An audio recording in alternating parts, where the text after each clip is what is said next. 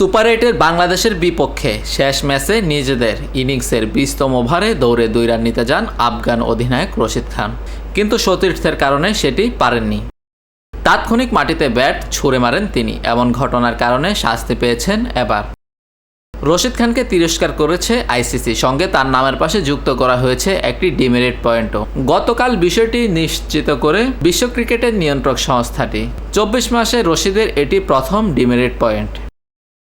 West ইন্ডিজের Kings টাউনে মঙ্গলবার সুপার 8-এ শেষ ম্যাচে বাংলাদেশের মুখোমুখি হয় আফগানিস্তান। ওই ম্যাচে এমন ঘটনা ঘটান রশিদ, সঙ্গে ভাঙেন আইসিসির আচরণবিধির লেভেল 1 ধারা।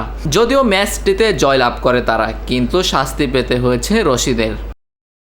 বৃষ্টি বিঘ্নিত ওই ম্যাচে নানা নাটকীয়তার পর ডিএলএস পদ্ধতিতে বাংলাদেশকে 8 রানে হারিয়ে টি-20 বিশ্বকাপে প্রথমবারের মতো সেমিফাইনালে ওঠার ইতিহাস গড়ে আফগানিস্তান। কিন্তু সেমিফাইনালে এসে স্বপ্নভঙ্গ হয় তাদের। দক্ষিণ আফ্রিকার কাছে হেরে বিদায় নিতে হয় আসর থেকে। News desk, TBC news.